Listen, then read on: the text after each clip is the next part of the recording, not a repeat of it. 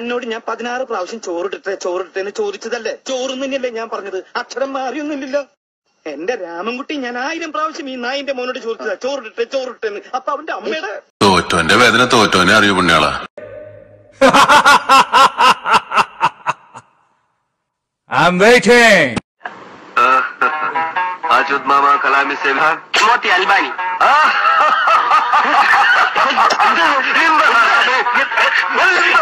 പെങ്ങളെ കിട്ടിയ സ്ത്രീ തന്നെ തുക തരുമോ അളിയ? വട്ടപ്പേര് പറയടാ.